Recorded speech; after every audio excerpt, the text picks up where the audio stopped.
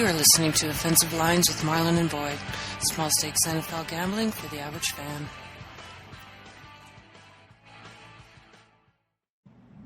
Welcome to Offensive Lines. I'm Marlon. I'm Boyd.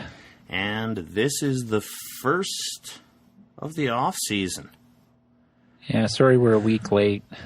Yeah, well, it's been weird, Boyd. Like, it feels like the Super Bowl was a year ago, and it feels like it was last weekend. Like, I've been doing nothing but working.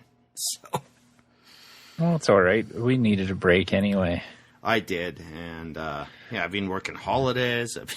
Well, we'd planned on doing one and putting it in the can and putting it out a week ago, and then both of us totally forgot about it.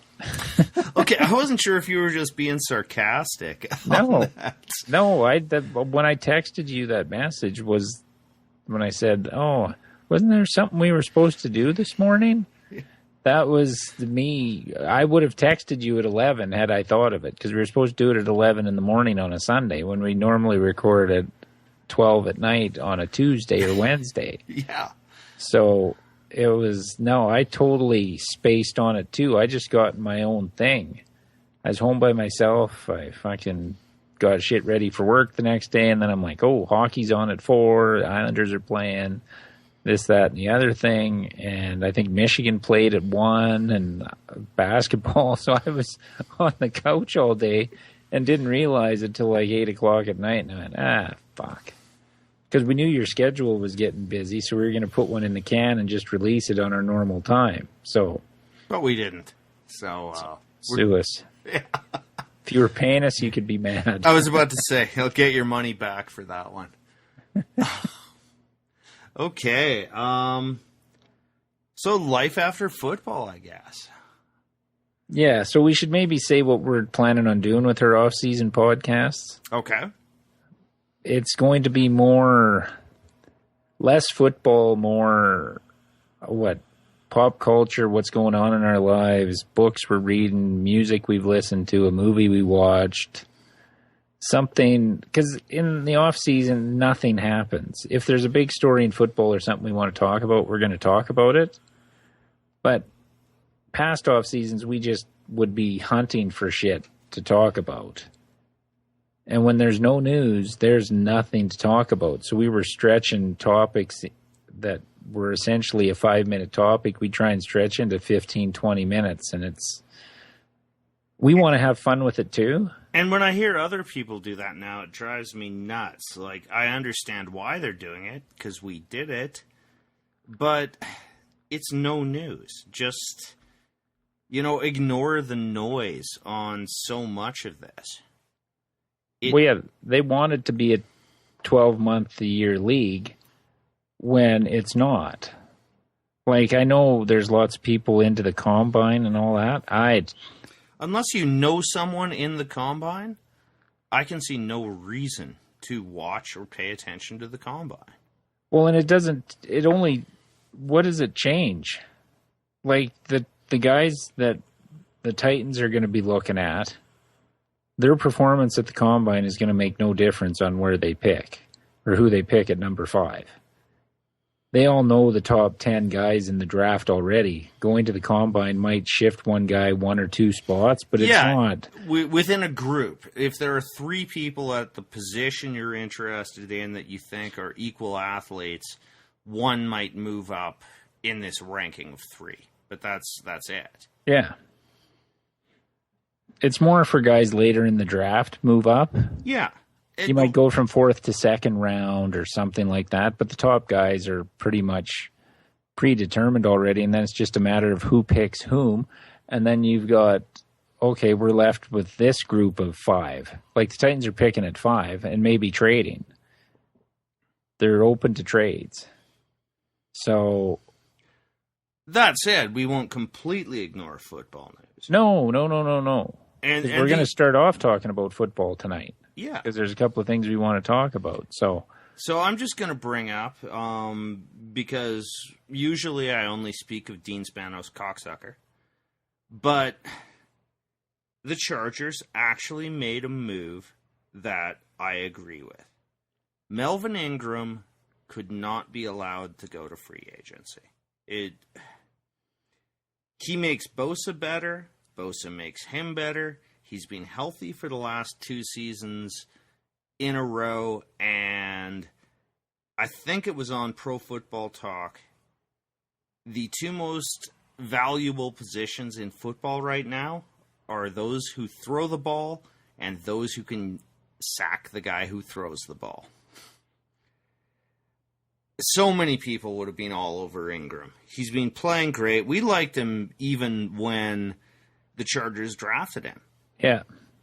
We liked him a lot then, and then he would show me teases for year after year and then get hurt again.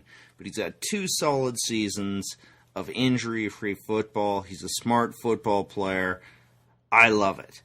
But the shocking thing to me, and this brings up horrible, horrible memories for me, is this is the first player the Chargers have franchise tagged since Vincent Jackson. Well, okay, but does that mean they just signed the guys before having to use the franchise tag? Like, they never lost Weddle. We could have franchise tagged him. No, but you got a deal worked out, I'm saying. One time, not left. last year. No, but they were letting him go anyway. That I won't count him, but I'm just saying, is it there like haven't there's been 2 many sides worth to keeping. it? There haven't been many worth keeping. And the Vincent Jackson thing, for our younger listeners, I guess, or those who don't follow the Chargers, I mean all of you, turned into one of the most grotesque farces I've ever seen. Vincent Jackson refused to play under the franchise tag, which, if the rules haven't changed, that means that he sits out for 12 games, and if he appears for the last 4, we can't refranchise him and he's a free agent. No, I think that's the same. But you don't get paid. No, you don't get paid, but So Vincent Jackson got paid. Yeah. Of your earning potential, which you can't get back as an athlete. No, it's a risky move. It worked out for Jackson. He's been mostly productive and very well paid in his career since then. But it was also when A.J. Smith, our GM at that time, Vincent Jackson's agent famously called him the Lord of No Rings, which I still think is one of the best smashes in fucking history. I'd never heard it before. I'm guessing it was original to him. Yes. And that was in the period where after a 14-2 season, we fired our coach. Most of this relates back to Dean Spanos, but for once, we are going to pay a guy decent money, and I don't think he'll try the holdout again. Well, no, you don't see that much anymore. Wasn't Vincent Jackson around the time that the franchise tag came into being? Yes, it was fairly early in that period, and no one really knew how to deal with it. Now most of these guys realize, okay, it's not a terrible loss, and the money outweighs the risk. Well, yeah, you're paid top 5 average, are you not, at the position? Yes. So the money's great. So even though I think you can only use it twice in 2 years in a row on the same player. 3? Because I was just reading the Redskins could franchise Kirk Cousins for a 3rd year next year, but he would be paid $32.6 million. Yeah, so it escalates each year. Yeah, to a percentage of the top. I think functionally you're right. It's a penalty. 2 years can be done. Yeah, you're penalized for trying to do it a 3rd time. Then you're overpaying. Yeah. Because the top 5 quarterbacks aren't making $32 million. No, that would make him by far the highest player in league history. Yeah, and they're working. The Skins and him are apparently working on a $20 million a year deal. That's it's intended to be able to keep your own players. Yeah, the intent, I think, is good, but there are always smart people who will find a way to exploit it from both sides. Yeah. But it's been pretty much the same for the last several years. People sign it. They're not happy. They want more security. I get it. And it keeps you off the market when the money is flush. Yeah, well, it does kind of work as an incentive to put together a long-term deal. Yes. So there are no bad feelings on both sides. The player gets paid. The team keeps the player. And as much as I like Melvin Ingram, and he would be ridiculously overpaid, by no means is he a lock to be a great defensive player for the rest of his career. Well, no, if the injuries keep flaring, that's the only thing that's held him back until the last couple of years, like you said. It's just been injury. Because I think we went and watched him. Teams help too. It's when Bosa got there, yeah, his sack numbers were down, but he was the most effective I've ever seen him last year. And when you can get a guy like Bosa, and with a speed edge rusher like Ingram, that improves both of them. Yeah. So I'm really happy. And, of course, it delayed. So I kept seeing, this team puts franchise on this. And I thought, oh, my God. And I think it was like the second last day where they finally put the tag on him. I was so relieved. Well, I'm happy for you. It's rare. I'm certain we'll find a way to fuck this up. Well, no, it depends. You just have to hope your offense can stay healthy for a year. Well, any kind of line would be nice, and the secondary staying healthy. It's actually a good team. I still look at that, and as horrible as the win-loss record is, they outperformed based on their injuries. Never seen anything like it. Well, yeah, if they wouldn't have blown those leads early in the season, they'd have been in the playoff hunt right till the end. And that's with 21 guys on IR. That's half your fucking roster. And at least 8 to 10 of those guys were crucial players. But the only other thing I have to say is I was considering going to LA to see them in the small stadium. Yeah. Wow. Yeah, ticket prices are a little out there, aren't they? Yeah.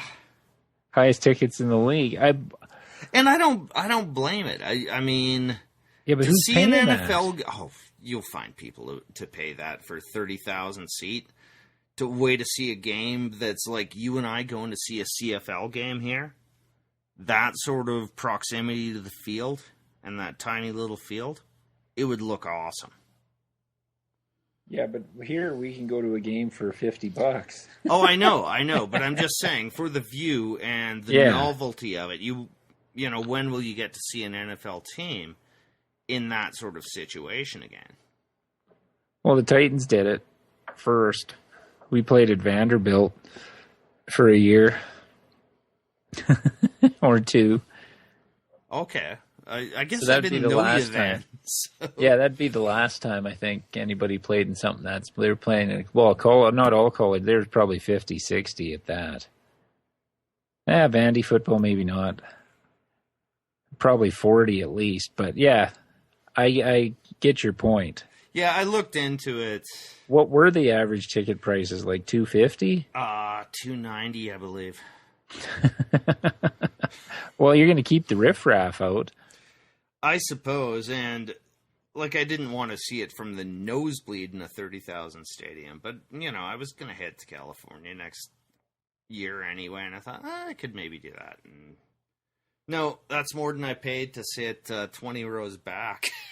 Yeah, at Qualcomm. Well, that's why they have 80,000 seat stadiums. Yeah, it tends to keep the prices down. But if guys will pay $1,500, $2,000 to sit courtside at a basketball game, yeah, they'll pay it for football. And that's really not even that much if you've got the money, No. Oh, no. I mean, I still can't believe people pay $200 a seat to watch a Flames game here in Calgary. I'm only paying $60 a piece to see him on Sunday. Oh, I did not know the Islanders were in town. They are indeed. Okay. All right, you said you had some football stuff. Okay. One, this is big news for the Titans. They signed Matt Castle to a contract extension. He's our backup next year. That's number one. No, the one thing I'm excited about, there's rumblings on a few of the blogs and sports sites. They're going to be going heavy in free agency on wide receivers. Maybe Alshon. Maybe Alshon. I heard Brandon Cooks, which I think would be a pretty good fit too. But that's a trade. I think we're going to go free agency. The cap's at 167. Yeah. What's that, a jump of like 30 million or something? No, it's like 17 million. Well, still. Yeah. That's a receiver. We got rid of Kendall Wright. He's done. We've got money to spend. And they're all the rumblings are they're going after receivers. Well, you've got an O-line. That's and a running where you game. Start. And a running game. Yep. And a running game with depth too, because Henry, you don't necessarily have to worry about losing your running back like the Vikings did. Well, what's the hell's in that? Richard Matthews on one side, and if we can add a slot guy and we need a deep threat, like with some speed. But I would love to get Alshon. I know he gets hurt a lot, but we've never had a big receiver. I can't remember one since Haywood Jeffries, where we've had the big receiver. Yeah. And then you've got Delaney. Like, it opens everything up. If we could get another guy on the other side. But his hamstrings. I don't care. They're going to get somebody. Yeah, and I think he's going to get paid too much because 6'3", 218 guys who have his hands and can muscle that ball. Yeah, they're rare. We're going to get one of the top receivers in free agency from somewhere. This is me talking fantasy. I know my perspective is from fantasy because I owned Alshon for years and years. I drafted him as a rookie, got him cheap, held on to him. He was great for 1 year, and then it was just agony because his hamstrings. To quote Chris Harris, Harris Football, Fantasy Football Podcast, his hamstrings are made of silly string and sadness. But I'll take any one of the top 5 wide receivers. And I think Brandon Cooks might be okay for you. You can use him in the slot, and he's got crazy speed. Well, even if we could get him and a bigger guy for the outside. Yeah. But we're going after receivers because Mariota's proven he's going to be okay. He just needs some help. That opens it up for Delaney Walker. It makes our play action more effective. It'll make our running game more effective. Then we can concentrate in the draft on defense. Secondary help, maybe another linebacker, D lineman in the 3rd or 4th round that you can rotate in. And because, if we don't trade down, we're going cornerback. I'm hoping we don't trade down. I would love to get a franchise cornerback. The way they throw the ball around in this league now, if you can shut down one half the field, that was our biggest problem last year. Okay, but who can shut down a half of a field anymore? I still think that they're correct in that getting pressure, not sacks necessarily, but shortening the play and the release time of the quarterback is more achievable with human athletes than finding that cornerback like Revis in his prime. No, we still need one or two. Like, they may not be the reincarnation of Deion Sanders, but we basically had a fucking pylon out there for 2/3 of the season. Yeah. So, it can't help but improve if you address it. Yes. So that's my hope. We go cornerback. If we trade down and get an extra pick in the first round, I'm all for it too. Because there's a couple of cornerbacks in the draft that are going to go between 5. There's 2 from Ohio State, the kid from Clemson. That'll go somewhere between 5 and 15. If we get one of the 3, what else could you ask for? And then fill in holes on the defensive line, linebacker, safety through the draft. Your D-line's fine. Yeah, we still need, like you said, Klug tore his Achilles last year. He was a good one to rotate in, was good for a handful of sacks every year, but coming off an Achilles injury, you need depth there if you're going to cycle guys and in and out. rotational, yeah. Yeah. Yeah, the D-line has become so rotational now. Yeah, so you need 5 to 7 guys that you can rotate in for different situations. And do you have like a true edge rusher? Derek Morgan and Marakpo are pretty good. Yeah, I like Arakpo. I don't know much about Derek Morgan. No, he's more of a hybrid now. They'll drop back in pass coverage.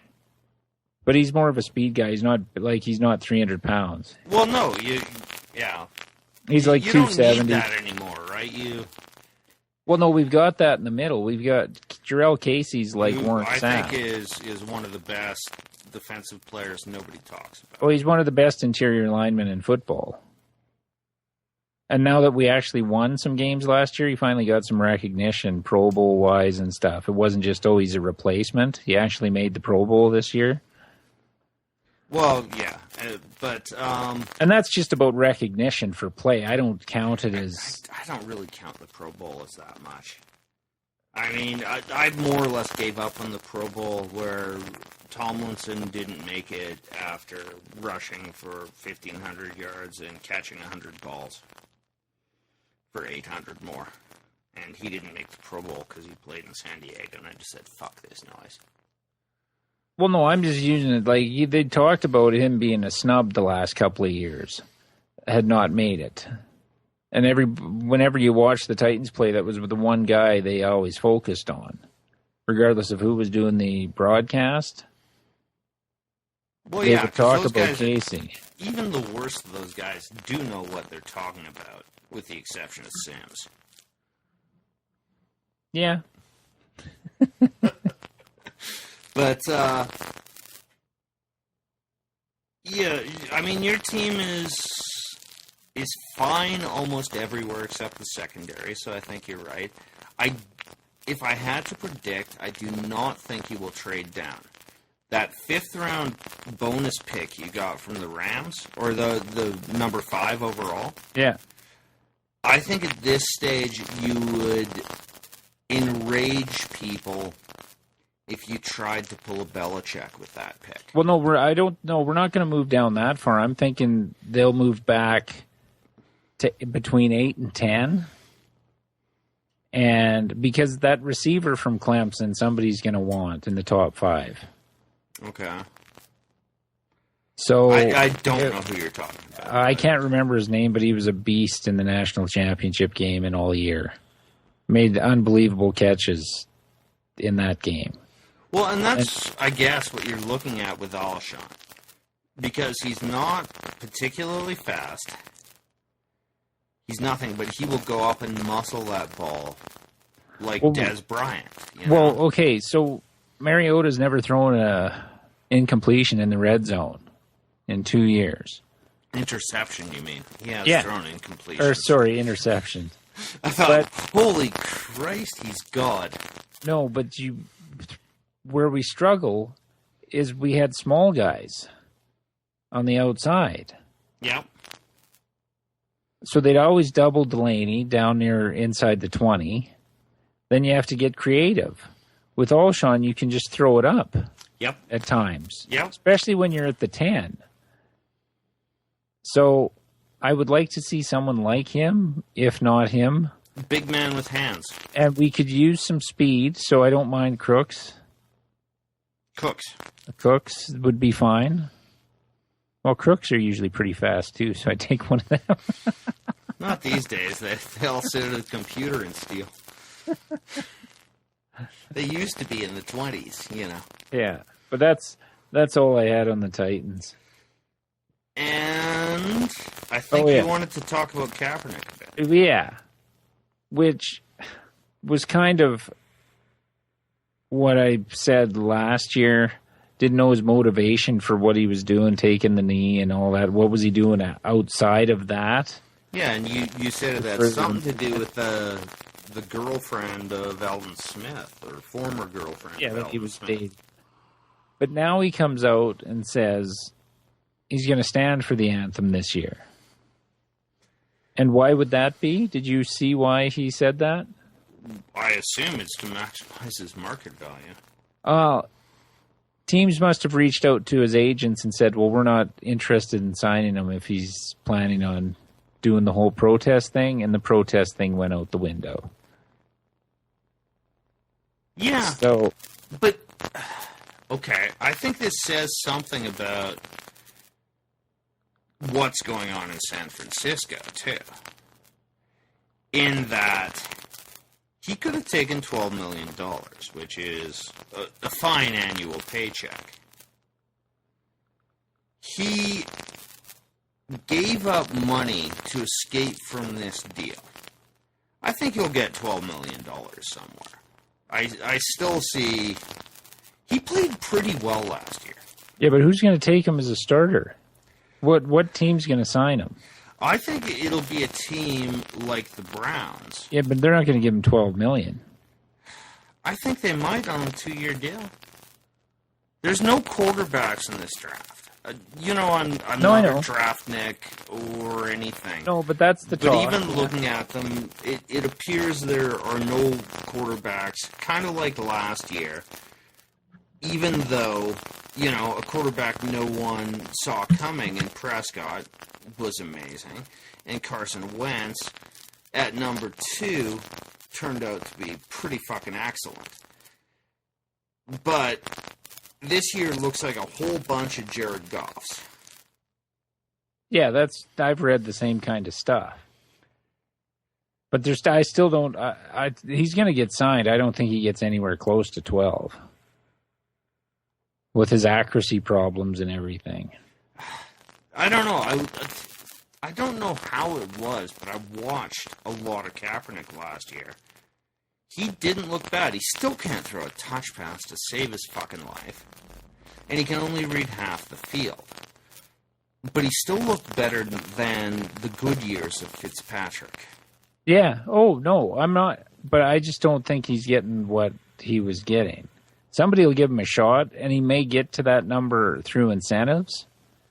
But he's not getting $12 million base. There's no way. He hasn't done enough. Yeah, you're probably right, but he played well last year. No, I'm not that's sort disagreeing. of... Yeah, I started with that and didn't apply a number. But again, the cap just went up 16, 17 million. You're a team like Cleveland, you just want a 2-year placeholder with potential. He's a good fit for that kind of team. Yeah, but is he? Cleveland is San Francisco, essentially. Very little talent. Weirdly enough, I'm starting to buy into what Cleveland is trying to achieve. Whether their crook owner will have the patience to let this develop, I do not hate their overall strategy. Well, no, but then you're silly signing Kaepernick. Because he'd be divisive, or because he would... Well, no, but he's not... What's he going to do for young players? He's not going to make your receivers any better. He's just going to get people killed. Like, if you're truly in it to rebuild the right way, there's better, cheaper stopgaps. Like, RG3's, what's the difference between him and Kaepernick? Yeah. Like, really? And they already have RG3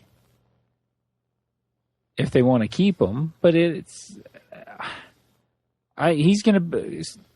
Kaepernick, my guess is he's holding the clipboard next year, making about $3 million. He might be able to compete for a starting job somewhere. I don't know where. If you go through the league, where's he going? Yeah, everybody says Cleveland. Okay, that's one spot. Where else? Buffalo, maybe? Yeah, Buffalo's got to do something because they're going to let Taylor move on. But if you're doing the slow rebuild like you should, if Cleveland's really going to commit to it, then commit. This plucking in quarterbacks every year. They've got such a stinking pile of money, some or a lot of it that they have to spend. So why not? Right? Like, they've got something like $70 million on the cap. Yeah, well, you got to... There is no combination of free agents out there this year. They could sign every free agent available, and they wouldn't come close to the cap. Well, I don't know. I was the big guy on Kaepernick for several years on this podcast. Oh, I know. We've totally twisted here. And I don't see the advantage to Cleveland signing him. I don't know what he was thinking. I know San Francisco's a fucking mess, but the only teams that are going to sign you are in just as bad a shape, and you had $12 million in your pocket. And it's not like let's not forget that Brock Osweiler got $32 million guaranteed, or whatever it's going to work out. Yeah, but okay. And everyone says, "Oh, John Elway was a fucking genius. He let Osweiler go. He offered him about $2 million a year less." No, but if I'm Cleveland, I would rather trade for Garoppolo than Kaepernick right now. Trade your second first-round pick to the Patriots for Garoppolo. Well, okay, and that brings up an interesting question. I like overall Cleveland's strategy, but at what point do you start trading your draft capital here? Well, you only have to trade one pick. Yeah, exactly. And I do think that it's a great idea that you can draft, but it's not like basketball, where your draft picks can be turned into everything. You still need, 45 other guys. You can't just draft all kids and get them to go unless you're Jimmy Johnson. And let's face it, he got kind of lucky too. Yeah, well, they all do. But I would rather see Cleveland trade, I think it's number 12 or something in the first round for Garoppolo. Yeah. Than pay Kaepernick $8 million. At least you've got somebody you could work with long term. Yeah. And when do these guys come available? And that's not even saying that New England may not even trade them. But they'd be better off going after a deal like that than signing Kaepernick, who is what he is at this point. These guys, Michael Vick never changed. The accuracy never got better. Nothing got better. And you can't learn to throw a touch pass. You're right. You're right. It's the same. Like, they are what they are. He worked perfect. Harbaugh ran the perfect offense for him. So if you want to do that long term, that changes your whole draft strategy. Then you're safer. You look what happened in Philly under Chip Kelly when you try and go with these unorthodox offenses. It blows your team up for 5 years. because now you have to try and get traditional players back in to where you were going light on the offensive line with speed and all that kind of stuff to a more traditional offense. Takes years to rebuild that. So if Cleveland wants to stay on the path they're on, then trade for a young quarterback that's traditional and build your team traditionally. Like, if you look at what Mariota was supposed to be a running quarterback when he came out, he hardly ran last year.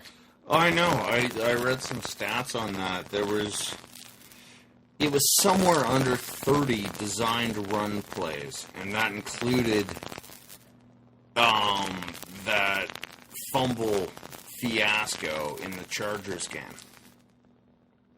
That may have been a zone read, may have been an option, may have been something.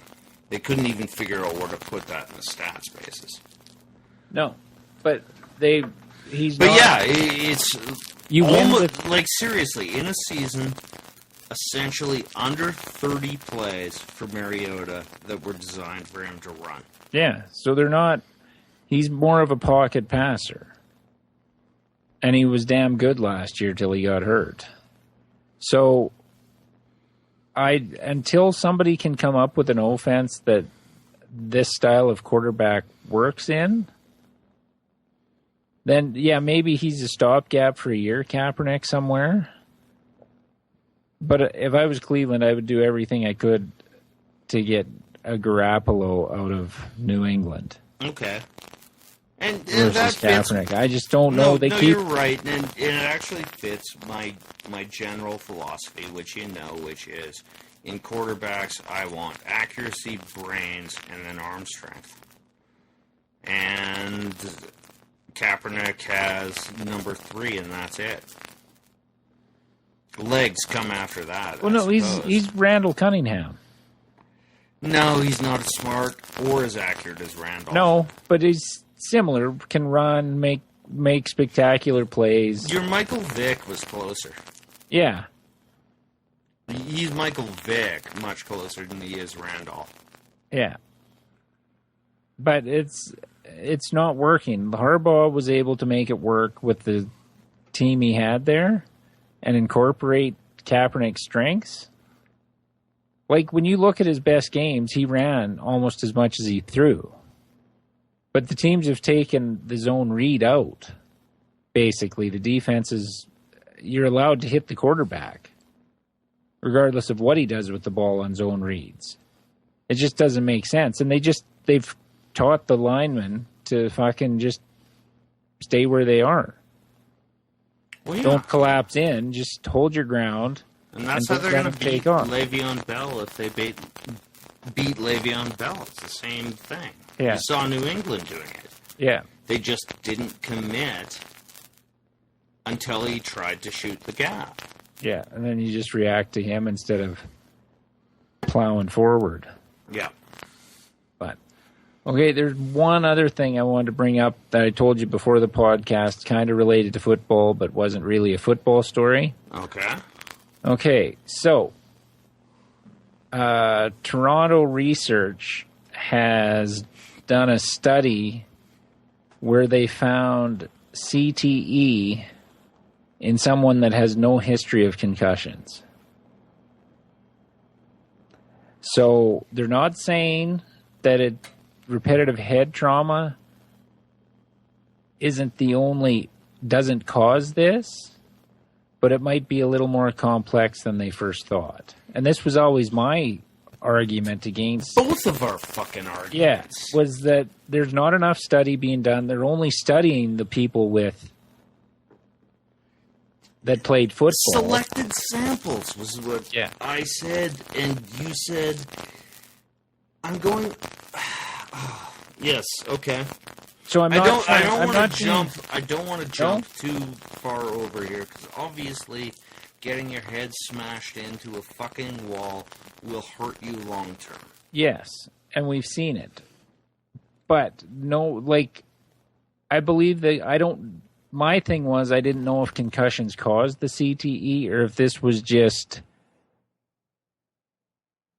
something that happened in some other way. There's a connection that we don't know. There's not enough data on it yet. Well, exactly. CTE, to me, seemed to fall a bit into the fallacy that correlation does not equal causation. I do think it is obviously a factor, as I just said. But to what extent? But we're what people don't like anymore. We're in the middle. What the NFL did in denying concussion problems was atrocious. But then you swing the pendulum all the way to the other side, where they sensationalize everything for their own gain. And you never heard outside the lines on ESPN or any of these places that did in-depth stories on concussions say, well, okay, this may be a contributing factor to CTE, but we don't have enough data to specifically say. So this is the first known finding of someone with CTE that didn't have a known concussion issue. Now, the other issue with this one is the person had ALS. Okay. So they don't know if that is a cause or a contributing factor to it, right? There's just not enough research. Well, or is CTE a symptom of ALS? There are many variables. Yes, and that's all we're saying. That's why I wanted to bring it up. I don't want to put us into the realm of climate change deniers. No. I was thinking the exact same thing. We're not denying the science behind, or that there could be a link to it. Well, there's definitely a link. Let's just face but we don't know. You get your head banged. Yeah, but Marlon, we still. I won't go that far yet. I'm not denying that it might have some causality to it, but the fact is, when you're taking guys from different generations, and saying this, we don't know what other factors could be contributing to it. And I brought up everything from the prevalence of marijuana to steroids to everything. We do not know what's look at all linked. It's wildly complicated. Well, look at all the supplements that are on the market that they take now. Yeah. That they're putting in their bodies. There's no standards or practices with it. They're not governed by anything. It's just put it out there and the take cover-up's worse than the crime once again. If the NFL had been open and gotten behind this research when it started to appear, even before CTE was discovered, and they were starting to see it, we wouldn't be having a discussion on this level.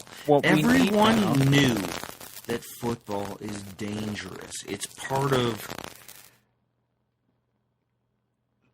the game. And it was part of the attraction. I mean, I go to Frederick Axley, who just said they were people doing a tough and horrible job. Well, yeah, when you see guys that can't walk, if it's doing that to joints and muscles and bones and tendons, it's got to be doing something to your head. Yes, but all of life is an acceptance of what you will do to your body and mind and soul in the abstract sense. Okay, do you think defending the tobacco companies destroyed a lawyer's soul? There's always a trade-off between what you will do with your body in exchange for money. Yeah. But what we need now is we need the control group. We have no control group in this research. They need to start studying brains of people with no known concussion issues. Yes. And then we need to create a database. Why are we not examining the brains of people who were 40 years old and dropped dead of a heart attack? What is the extent of this, which couldn't have been measured before they found it, really? Right. And so if you're this an could have organ been donor, present in every human being who died in some extent. And the monitoring and measuring of that will improve over time. yes. I'm just against the full outcry that football is killing everybody when there could be some other factor that we don't know, a gene of some kind that they haven't discovered yet, a mutation of a gene, whatever it is, could be that. You know how you have, like, some people get lung cancer that don't smoke, Yes. right? So is CTE or some other things, like, is it caused by some other illness you have? Or because, well, one of the stories we're going to get into later about me is I got some medical information this week that was a result of something else I had going on. It was triggered by something else I had going on in my body. Is that what CTE does? We don't know. Well, and that's why it's jump. It's like, I get up in the morning and I'm watching the news, and there's a ridiculous feature called Health News. And they put up this bad science, and every day it's a ridiculous study about some bullshit, and it's bad science. The sample groups are small or selected. Or it's in mice, or... Which was, yeah, exactly. Or, you know, with CTE. I said at the time, I'm going, obviously, if you're looking for something and you select only this people and you look for a correlation, you're likely to find it. I'm not discounting it, but I'm not accepting it either. Not as 100% fact. It'd be like saying, well, let's go look at athletes and joint problems. So everyone should stop because you will need knee replacements.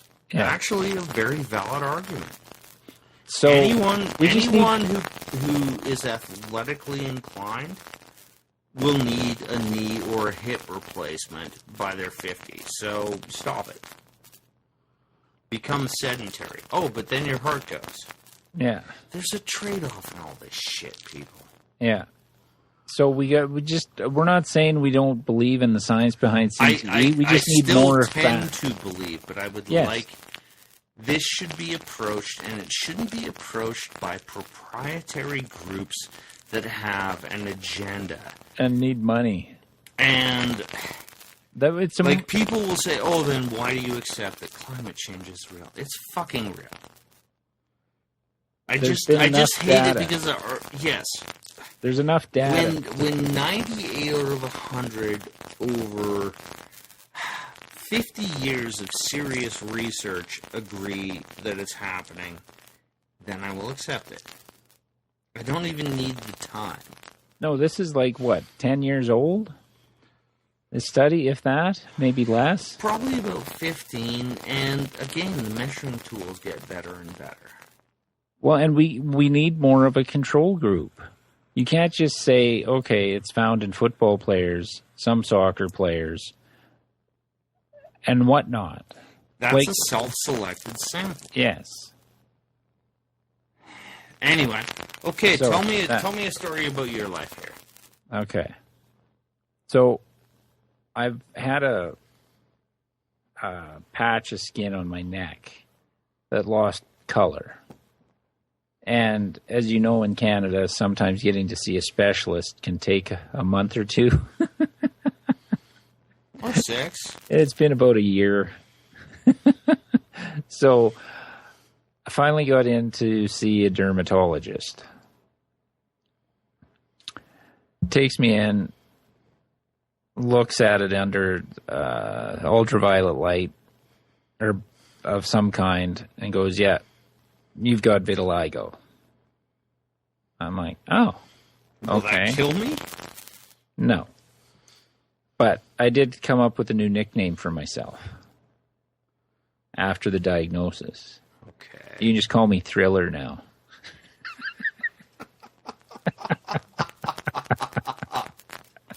So you are turning whiter. I'm going to be whiter. Oh my God! So you're German Irish. No, German. German, Eastern European. Yeah. Okay. So Eastern European with some Irish in you, right? No, British. Okay. Yeah. So you needed to get whiter. Your body just decided to evolve in this post-Trumpian world.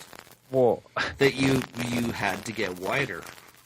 Well, this was pre-Trumpian, but here's what I was. Well, you saw what was coming, man. You're a smart guy. Well, I did. You still owe me a beer for that. What I was saying with what brought this on was something else that was going on in my body. Your thyroid was is getting fucked. Smaller. Well, I couldn't get much. The whiter you get, it couldn't get much smaller. But when you have it's an autoimmune disease, so is thyroid. Okay. Disease All is right. an autoimmune disease where your body attacks itself. So it's common for people that develop vitiligo to have an autoimmune disease previous. So I'd been asking about my thyroid for a couple of years before this even popped up.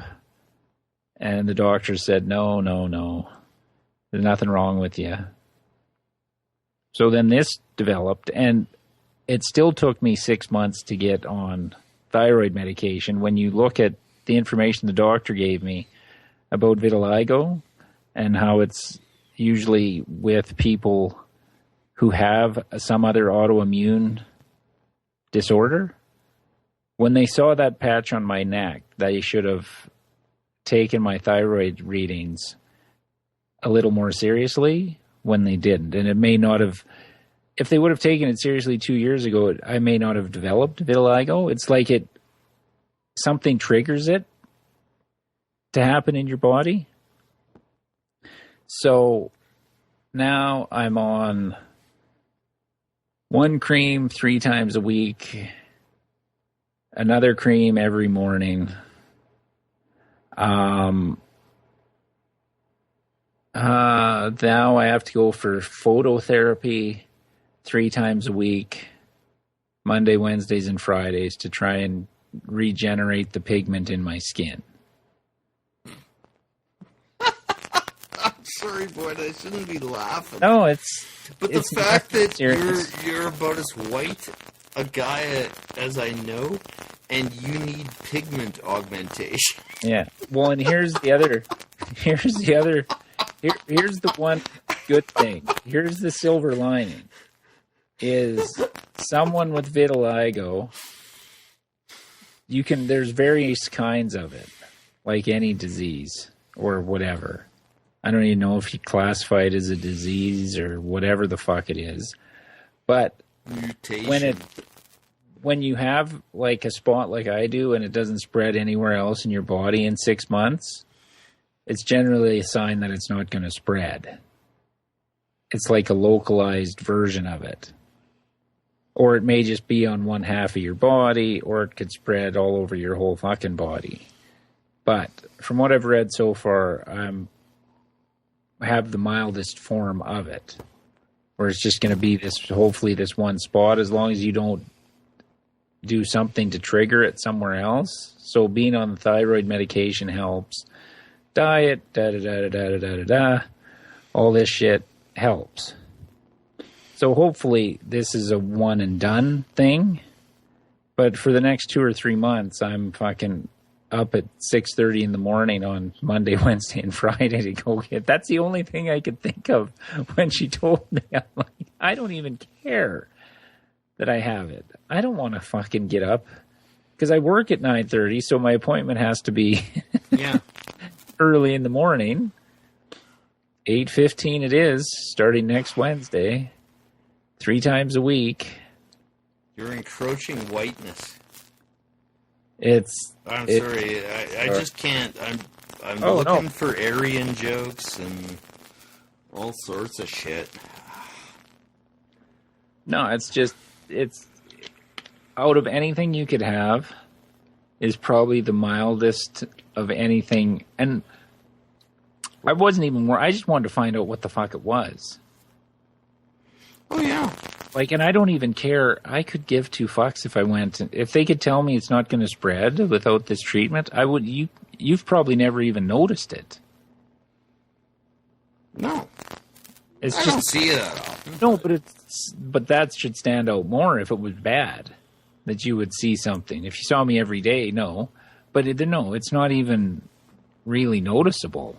But it's just when you see a white patch form on your skin, and it kind of looks like the shape of Florida. So, you're not helping my... Jesus Christ. You're going to show up wearing an SS armband and you're going to say, it's the skin. So you call me Thriller, Gator. Fucking cracker, man. So that's what you are. What happens when you go out in the sun? Does the skin burn? Yeah. Does it start to smoke? Well, not smoke. Okay, that would be cool. But it is more sensitive to sun. You're correct. But yeah. But that's when she told, and I kind of thought that's what it was, but I was just like, oh, that's Michael Jackson disease. That's why I said Thriller if people out there didn't get it, because we might have some younger listeners. But that's all that was the first time I ever heard of vitiligo, was when Michael Jackson was during his trial for molesting kids. Oh, you see, I saw the association with a white patch of skin on darker skin. I did not know that he had referenced the vitiligo. Yeah, a kid said he had discoloration on his dick. Oh, okay. Forgive me for forgetting the actual term. All right. So... I got nothing to compete with that. Oh, I got another one. That's kind of funny. Okay, so you knew I was taking a course at one of the local colleges here. And there was a Part A and a Part B. So paid for Part A, did the coursework, everything, wrote the test, passed. Go back in. So you're supposed to pay again for Part B, which I hadn't done yet. So I go back into my online account where you do the classwork and stuff, and all the chapter tests and everything. And I see Part B there, so I click on it. Oh, I've got access to Part B. So I have the textbooks and everything. So I just go to town and finish Part B.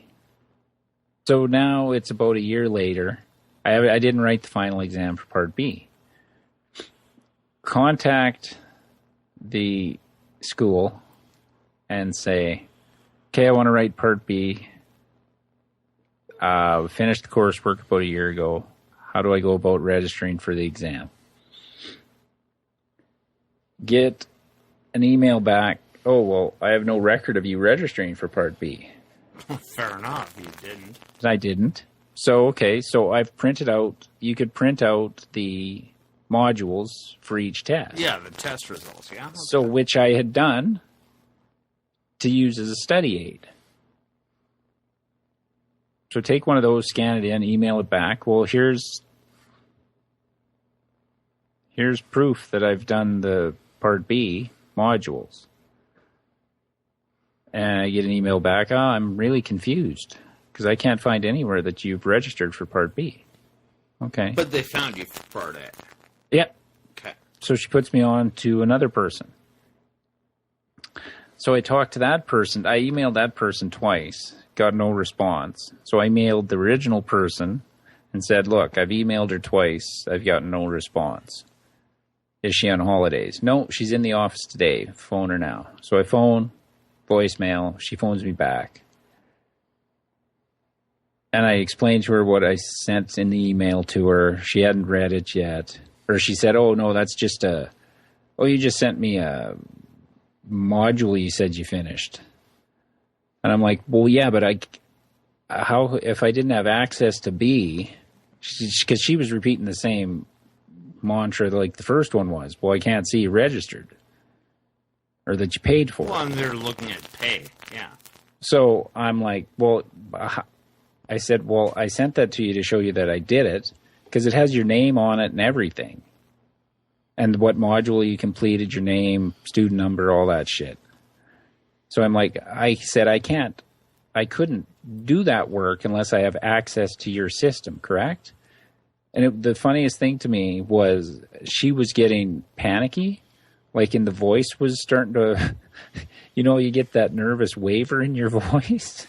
Because I just kept saying, I did the work.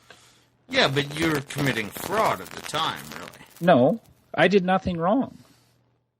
I'm not committing I did nothing wrong. I didn't hack into their system to do it. No. So she goes, I can't find anything on you registering for B. And my thing was, well, okay, well, how did I do the work then? And then she does a little more digging, which I can't figure out why she didn't do this before I talked to her. While I'm on the phone with her, she goes, click, click, click, click, click on her computer and goes, oh, I found the work you did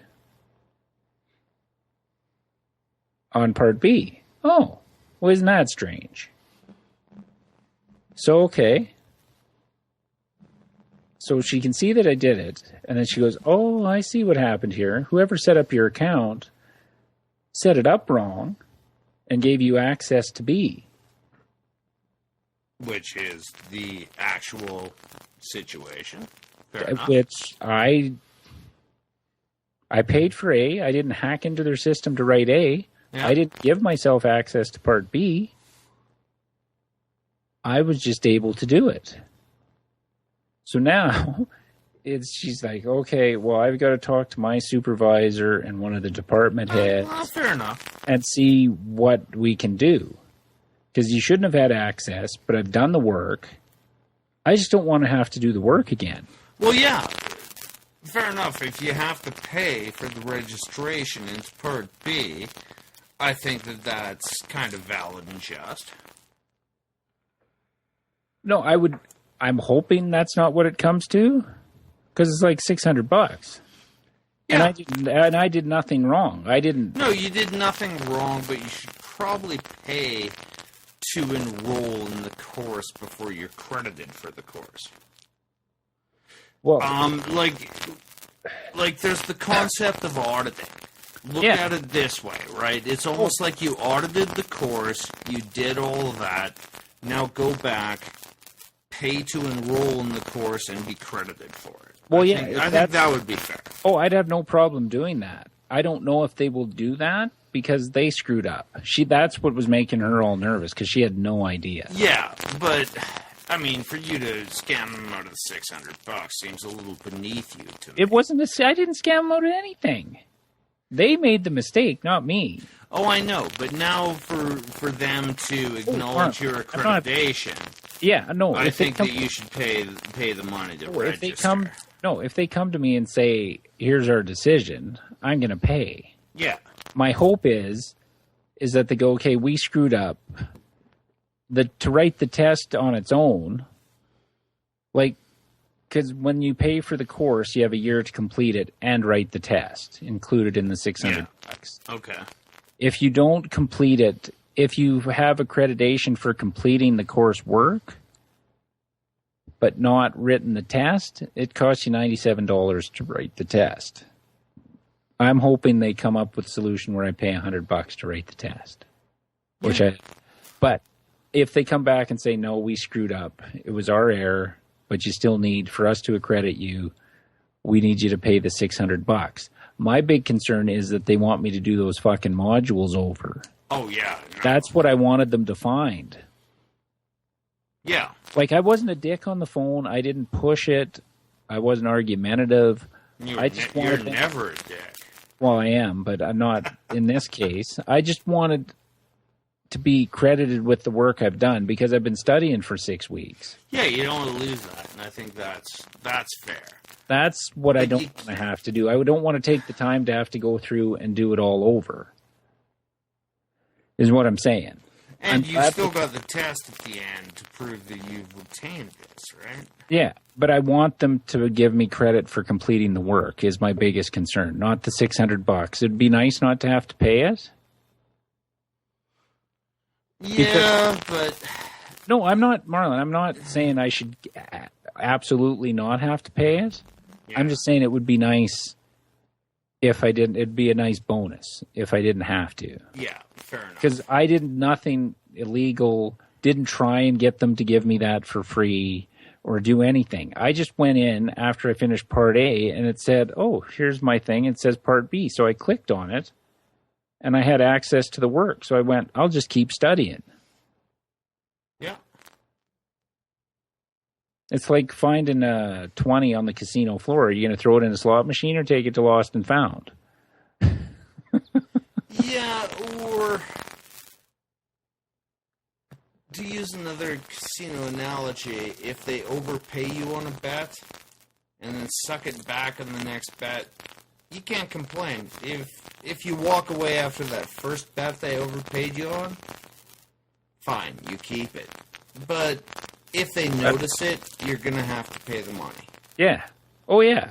But I have to be accredited by them to be able to write the test, no matter where I go. I can't go and say, well, I finished Part B. No, but you did the modules. Just say, yeah, you rolled forward. Now I'll pay up. We're all good. Yeah, if that's their decision, I have no choice anyway. Yeah.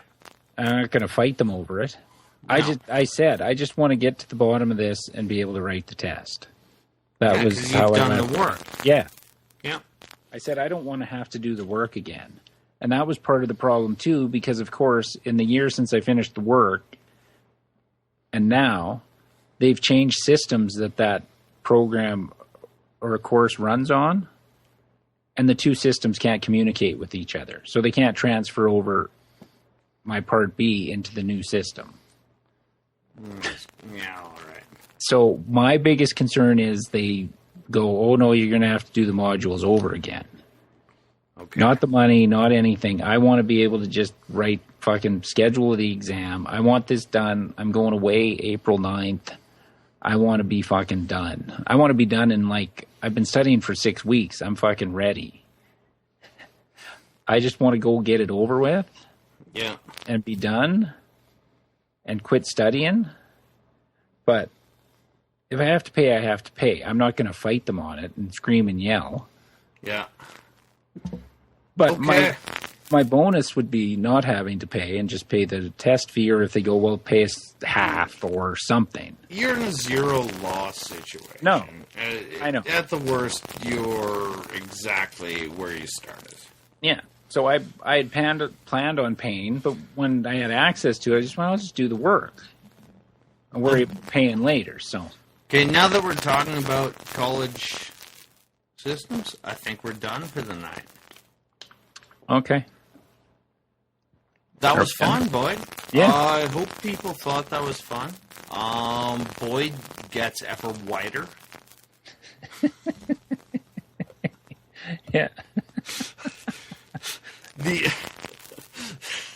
I'm sorry, it's I still think the fire sign line that due to his unfortunate pigmentation.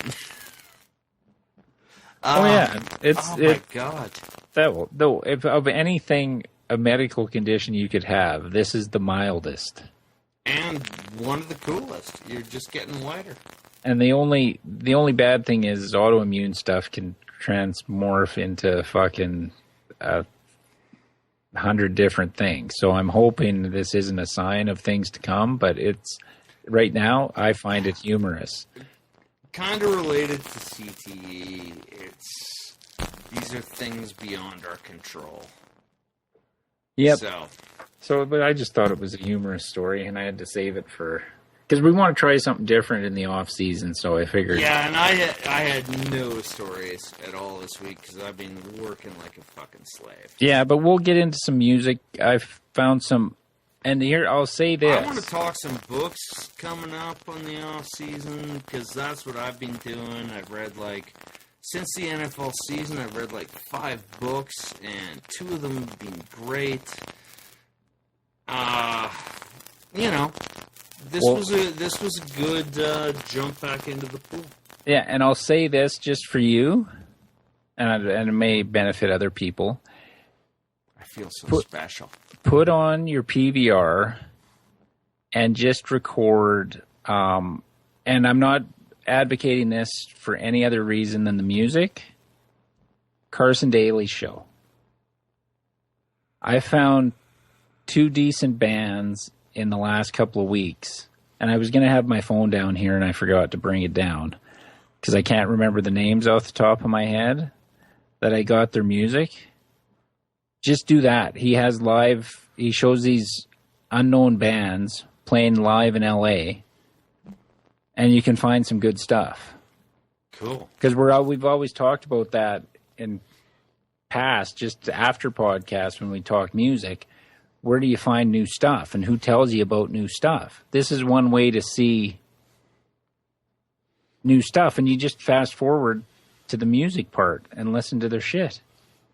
It's fantastic. Okay. I do that on a regular basis. I'll just flip them on because there's nothing on at 12:30 at night and wait for the music act to come on. So, just a little music tip. All right. Sounds good. Next week, 2 weeks. 2 weeks from now, I want to talk some TV. Okay. Let's get into what's good in TV and what sucks in TV. Well, yeah, I got to after show the NFL news. So. Okay.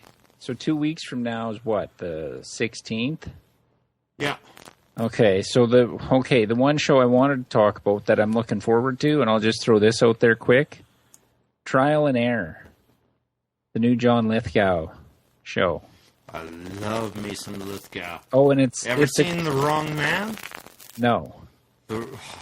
Oh, you gotta see that if you want some good Lithgow. Okay, maybe I'll watch that and before the next podcast. Rosanna Arquette gets so goddamn naked. Anyway. Oh, man. Okay, so Trial and Error is March 14th on NBC. And it's a comedy it's a comedy procedural. So Lithgow is charged with murder of his wife. And then it goes from there. Well, we're both big fans. Let's save it for yes, next so watch week. 2 weeks. 2 weeks that's from why now. No, but that's why I'm bringing it up. Just if people haven't heard of it. And I'll have to look into watch it and watch it. I haven't Yes. heard of it. So, yeah. So 2 weeks watch from that. now. And I'll say this. I'll watch it's called The Wrong Man. Yeah, it's called The Wrong Man. It's an early 80s movie. John Lithgow actually wakes himself up from sleep by basically coughing out a lung. Okay. That's his first scene in the movie. The lead is terrible, but it's got Rosanna Arquette at her prime, naked, and John Lithgow at his very best. Okay, I'll watch that, so we'll have that to talk about, too. Okay. All right. So, if you want to check out our podcast, you can listen to it on iTunes. Please leave us a 5-star review. Help us move up the charts on iTunes or Stitcher for your Android device. Offensive Lines or .ca, our website. You can follow us on Twitter at Offensive Lines for any updates to our blog posts or when a new podcast is available. Our personal Twitter accounts at OLinesMarlon or at OLinesBoyd. Facebook.com/Offensive Lines. And if you want to send us an email, it's offensivelines@shaw.ca. I'm Boyd. I'm Marlon, and that was the first taste of the off-season with the Offensive Lines. 'Cause he's a thriller now.